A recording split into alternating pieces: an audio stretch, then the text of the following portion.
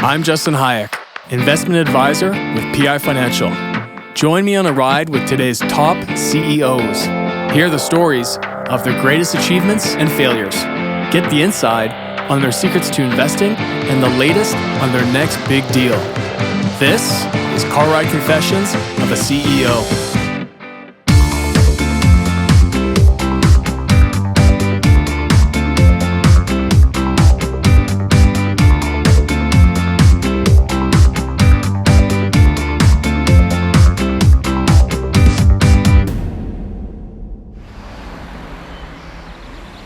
Joining me on today's ride is Tim Gamble, Vice Chair and founding partner of Thunderbird Entertainment. Thunderbird Entertainment is a multi-platform media production, distribution, and rights management company headquartered in Vancouver, Canada. So Justin, welcome. Thank you. And obviously you're at Atomic Cartoons, which is our animation division. And if you would we'll take a few minutes and do a little bit of a tour. This is the reception area, as you've just signed in. And if we want, we'll just head out the door, we'll go around the side of the building and then head downstairs and we can see some of the stuff that we're doing. Okay, perfect. Let's do that. So Justin, this building's about 50,000 square feet, probably about 500 people here in total, working on 10 or so projects. The projects range for shows for Netflix, NBC Universal. Let's just go in here. Sure. This is the coffee room for one of 3 coffee rooms for the staff. As I said, there's about 500 people working in this building on a wide variety of projects. And so it's an exciting time for us. Absolutely. Now this is, I understand, a new studio. You guys have since expanded in the last few months. Right. Into the studio. Yes, we moved across the block into this building, and as the building became available, we began to occupy it. And literally, we're completely out of space here. Wow. And to that extent, we've had to move into Ottawa and go into areas of the country where there's access to good talent. Right. Now, as far as the business is concerned, Thunderbird, of the segments in which you guys create content or production, or so factual, animated, and scripted. Yes. What percentage of the company's revenue is derived from each one of those segments? It's really a great question, and it varies. The thing that's interesting about animation, it takes a long time. So it takes a long time to realize the revenue, because in our own proprietary projects, we don't book the revenue until you deliver the shows. So we can be in production on 3 or 4 series that are our own, but the revenues won't show up for a year and a half. On the other side of the business, which is the factual side of the business, those revenues show up very quickly because the shows don't take as long to produce. And so at this stage, the factual side of the business is driving a good chunk of the revenues and the EBITDA, but in the future, it will swing over to Atomic. Okay. Now, again, of the 3 segments, which one to you is the most interesting? Which one do you get the most joy out of being a part of? I think it's sort of like asking you what your favorite kid is. Right. That's an easy answer. Yeah. So it really depends. It really depends. I think they're all equally incredibly fun. I'm with Kim's Convenience, which is on the CBC, is an amazing show. It reflects our values of the company.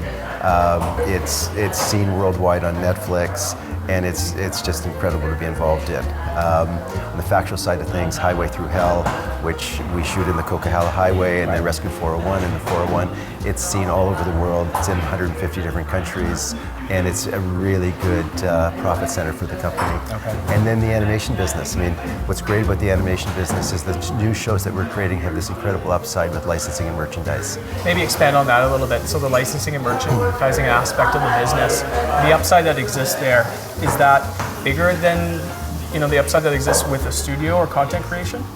I think there's sort of one and the same thing. In the animation side of the business, there's 2 sides. There's the work that we do where we're servicing clients and we earn nice fees for doing that. The other side of the business where we create our own IP, we pre-sell it, but then we own the IP and we own it in all aspects. So we own it for licensing and merchandise, we own it for games, we own it for apparel and so on.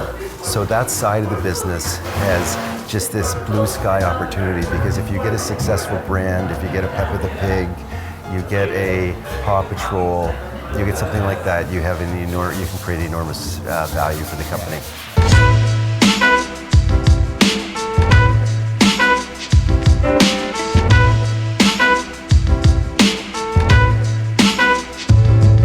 Now that's pretty amazing. It's the perfect layout too. We really lucked into finding this building, and it was really a credit to Rob Simmons, one of the founders of Atomic, to find this building, and it's perfect space.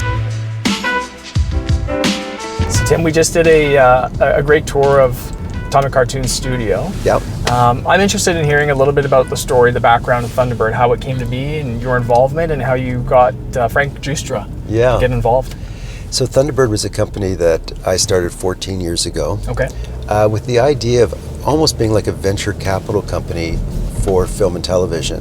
So we created a little capital pool amongst our friends, and we would invest in other people's ideas and content. So somebody would come to us with an idea, they'd have their funding partially in place, they'd need gap financing or bridge financing to get the show made, and we'd put that money up. At some point in time, we decided to get into our own production, so we started making our own shows, and that went well also. But really the tipping point was when I got a call from a friend of mine who had produced the original Blade Runner, a fellow by the name of Bud Yorkin. And I'll never forget the day he called me, which I was just walking into my apartment, and I got this phone call from Bud, and he goes, "Hey, Tim." I said, "Yeah." I said, "Bud, what's up?" And he said, "Hey, look, I got this idea. I want you to help me make the sequel to Blade Runner." So we began on this journey to make the sequel to Blade Runner. And through the process, his partner in the movie, a fellow by the name of Jerry Parencho, didn't want to do it. So there was an opportunity to buy out his interest in the IP. So I contacted a longtime friend of mine who's the founder of Lionsgate, an incredible entrepreneur, great friend, and said, "Hey, Frank, have you heard of the movie Blade Runner?" He said, "Yeah, it's my favorite movie. It's the best movie of all time. It's a classic. It's a piece of art."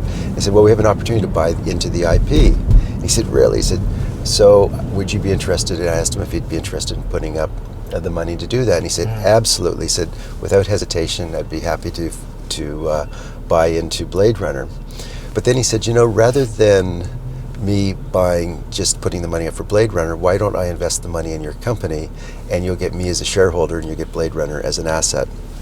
So once Frank invested, I had obviously a terrific investor and partner who had deep roots in the film and television business, having founded Lionsgate, tremendous experience. And then when he invested, a number of other people wanted to invest. Of course. So Francesco Aquilini invested, a fund in Toronto invested, and the next thing you know, I had this luxury of riches, but we still had just a relatively small company. Right. So then we went on this path to buy a couple of companies. And the first company we bought was a factual company called Great Pacific, which makes incredible amount of money doing factual shows. And I got a call from a guy who was living in Australia, who knew somebody that I knew, who said, "I've got this idea. I've optioned the rights to the Beatles music, and I want to do an animated series where every episode is based on a Beatles song." And we talked about this idea of doing Beat Bugs, which is this amazing animation series and concept.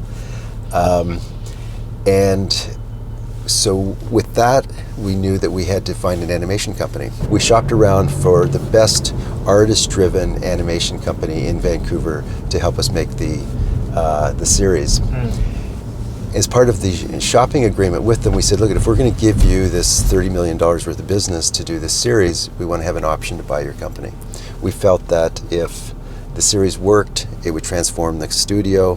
It would be an animation series based on the Beatles. It would be a global brand, and it would lead to other things. So we found Atomic Cartoons. We found this amazing producer by the name of Jen McCarran, who produced Beat Bugs. And it went on to be incredibly successful. And then it made sense to, just prior to going public, to make her the CEO of Thunderbird. How has the media landscape changed over the years, and where's the opportunity for Thunderbird? It's remarkable how quickly it's changed. In 2010, when the Winter Olympics were here in town, there wasn't such thing as an iPad. The iPad came out after the Winter Olympics in Vancouver, so that's not that long ago.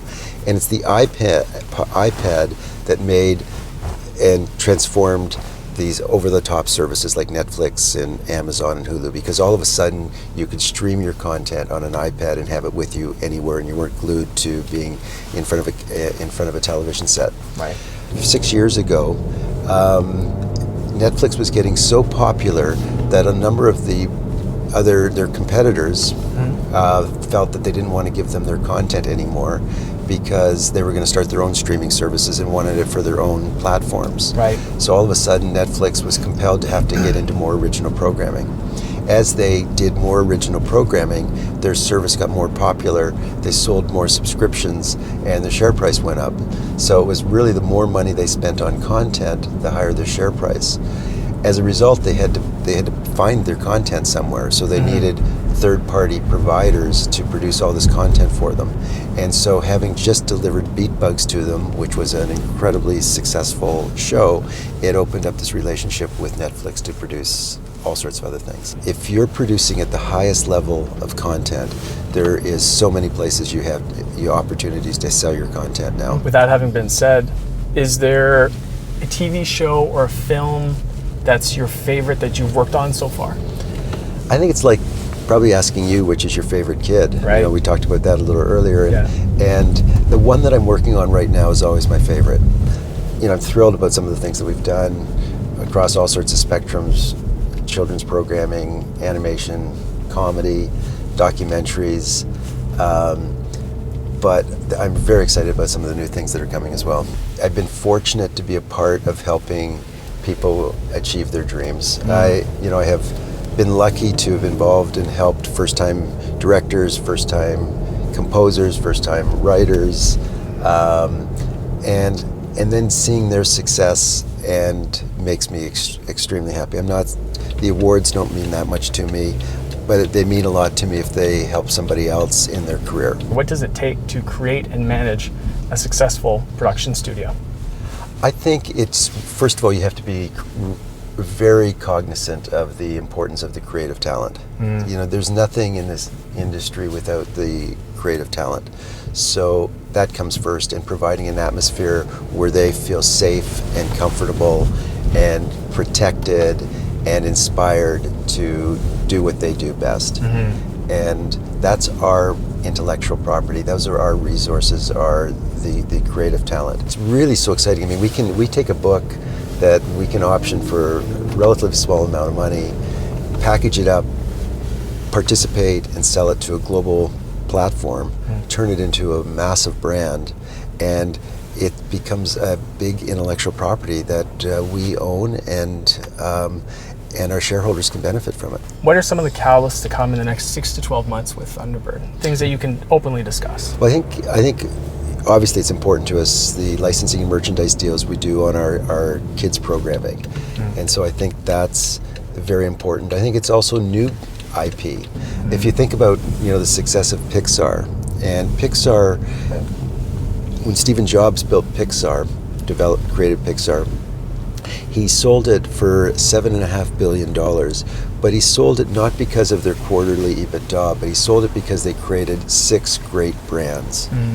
Toy Story, Cars, and these brands are what drove the value of Pixar. We're building brands, and we're building brands that we think will have, long-time value. You know what's so amazing, Justin, is that when I started this business, it was so hard to get a show made.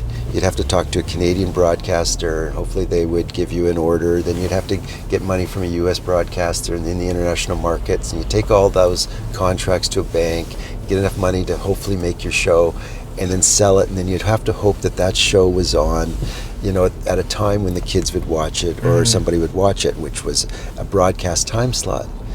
Now when you make a deal with Netflix, when they deliver it, it's in 190 countries, in 40 different languages, on any device at any time in the day. Amazing. It's just so remarkable. Amazing. So does that make it then a more competitive landscape in terms of content creation? There's no doubt there's competition, but I think at this point in the cycle, there's more demand for content than there is suppliers. The barrier to entry to get into doing what we're doing is really steep. These over-the-top services, broadcasters, trust you with millions and millions and millions of dollars worth of investment on just basically a written paper, on your reputation, on the ability to trust that you can execute. And I guess that's where the importance of the talent pool in which you draw and the people in which are running the studio is key, right? That's your competitive edge. Absolutely, and it's all about the quality of the people, and it starts with, in our case with Jen, who's the CEO of the company. She attracts good people, but more than that, she attracts good brands and good IP, and then the good IP is the type of product that the top creative talent wants to work on. It really is a joy to be working in this business and work with great people on great product. And our mission as a company really is to try to make content that really makes the world a better place. I just love the opening to our Beat Bugs series, which is All You Need Is Love. What's better than having kids all over the world starting their day singing All You Need Is Love. Tim, thank you so much for the conversation. I really enjoyed it, Justin, and enjoyed having the tour of Atomic Cartoon Studio. And thank you, and good luck with your career.